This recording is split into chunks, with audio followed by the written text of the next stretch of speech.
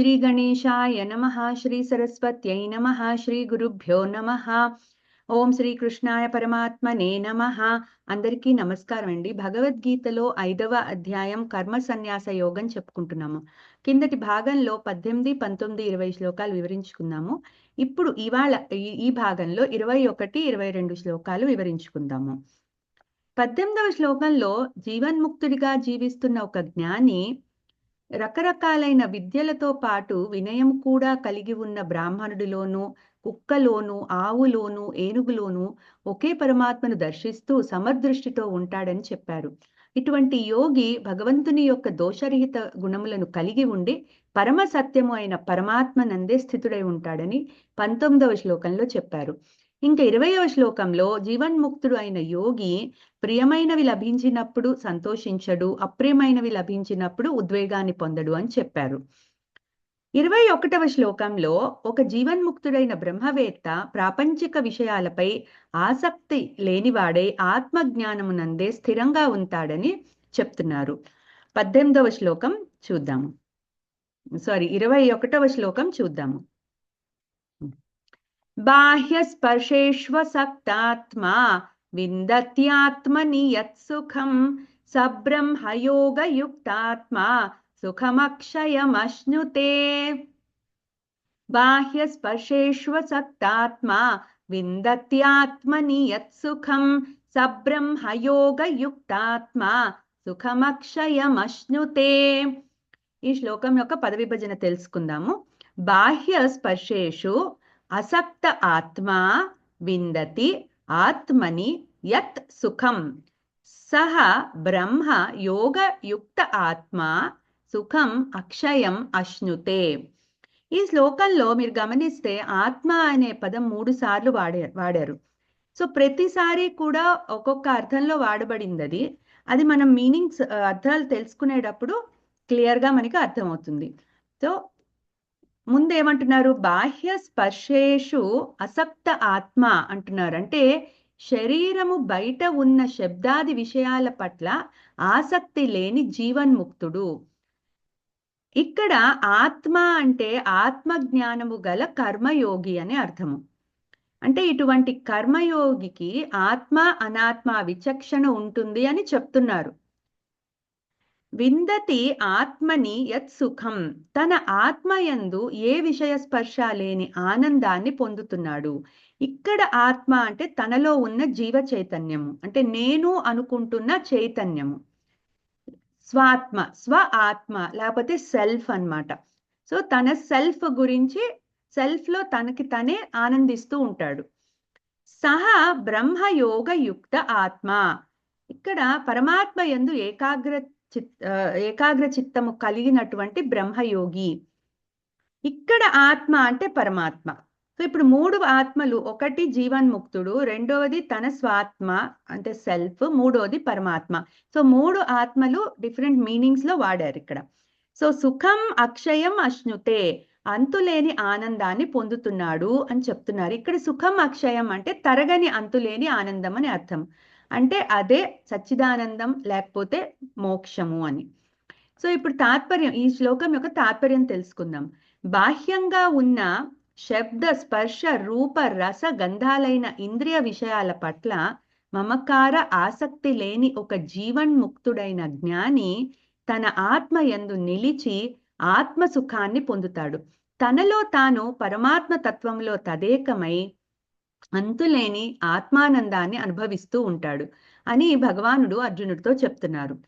జీవన్ముక్తుడైన ఒక కర్మయోగి అంతటా పరమాత్మనే దర్శిస్తాడని 15, 16 శ్లోకాలలో మనం చెప్పుకున్నాం. ఆత్మ రూపంలో తనలో ఉన్న పరమాత్మను ప్రత్యక్షముగా అనుభవానికి తెచ్చుకున్న ఇటువంటి యోగిని ఇంద్రియ విషయాలు చెల్లింపలేవు అని చెప్తున్నారు. ఈ శ్లోకంలో భగవానుడు ఒక సాధకుడు బ్రహ్మజ్ఞాని స్థితికి వెళ్ళాలంటే ముందుగా ఇంద్రియాలతో అనుభవించే బాహ్య విషయాలైనటువంటి శబ్ద స్పర్శ రూప రస గంధాల పైన ఆసక్తి విడిచిపెట్టాలని చెప్తున్నారు.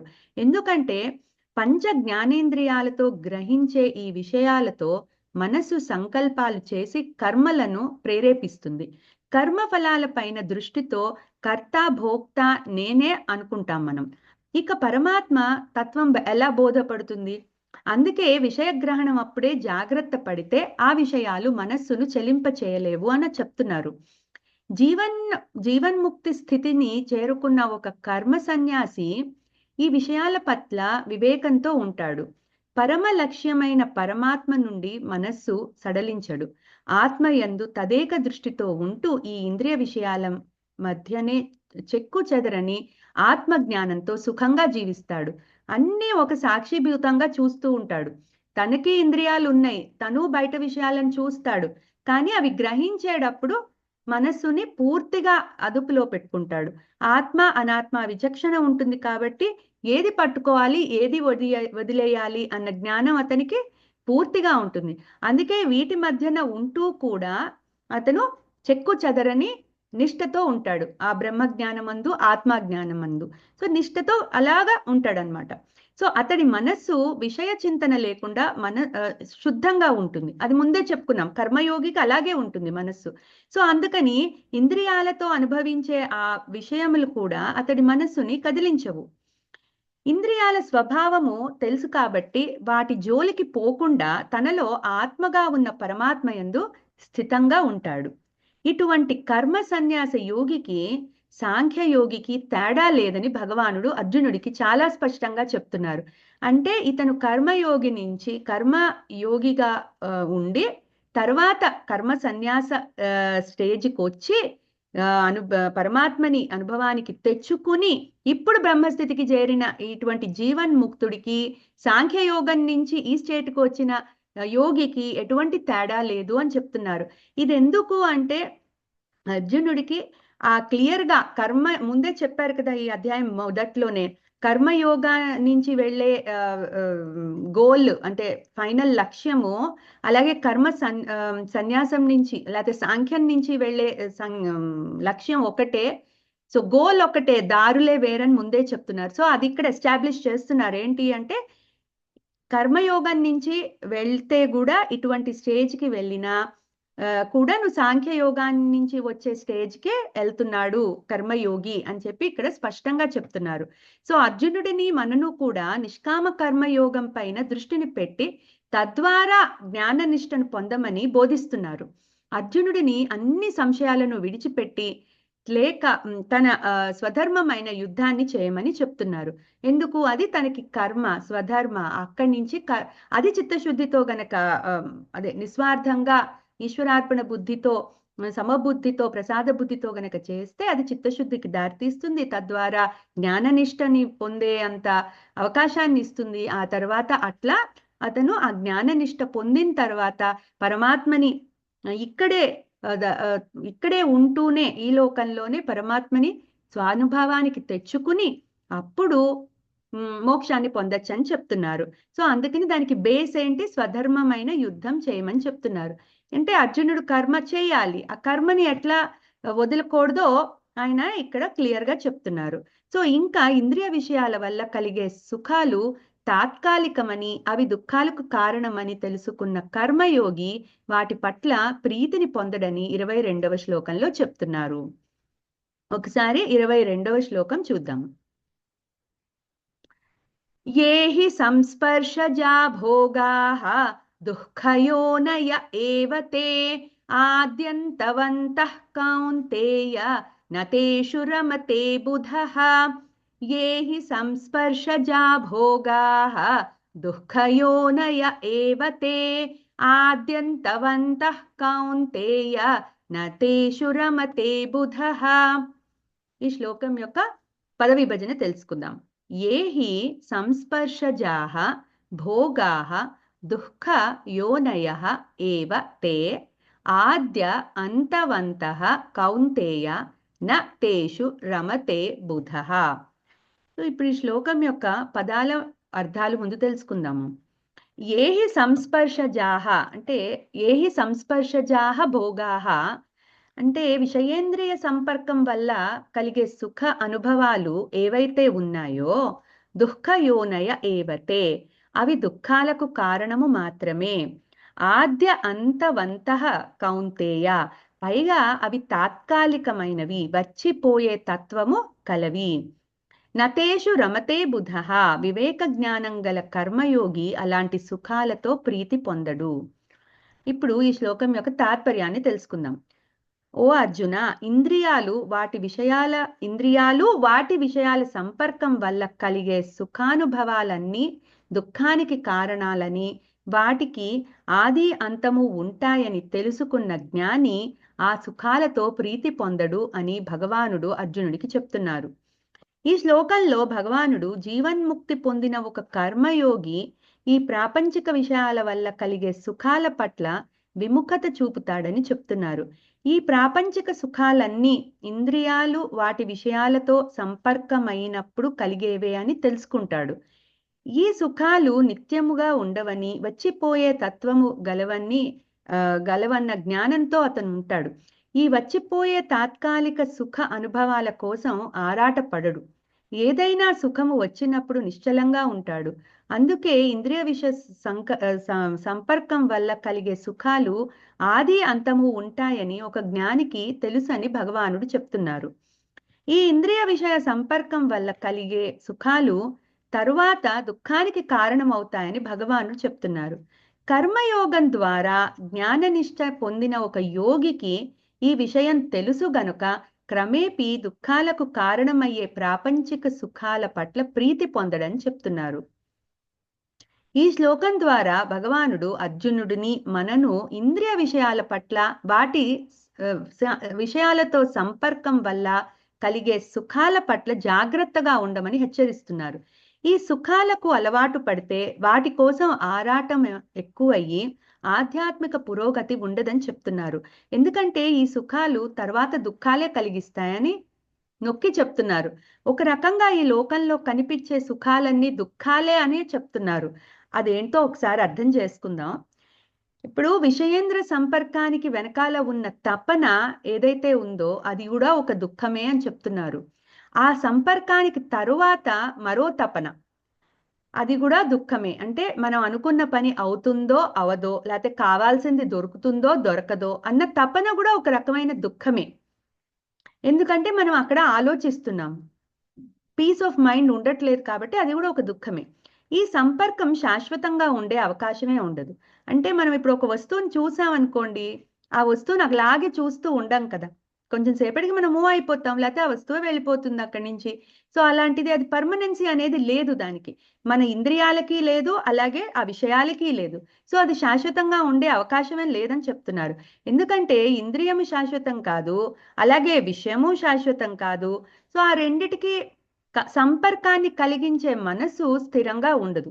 ఇప్పుడు మనసులో ఒక కోరిక పుట్టిందనుకోండి, మనసు ఎప్పుడు కూడా సంకల్పాలు చేస్తూ ఉంటుంది. సో అక్కడే మనకి కోరికలు కూడా పుడతాయి. సో ఈ మనస్సులో సంకల్పాలు కోరికలు కూడా మారిపోతూ ఉంటాయి, ఏది కూడా స్టాండర్డ్ గా ఉండదు.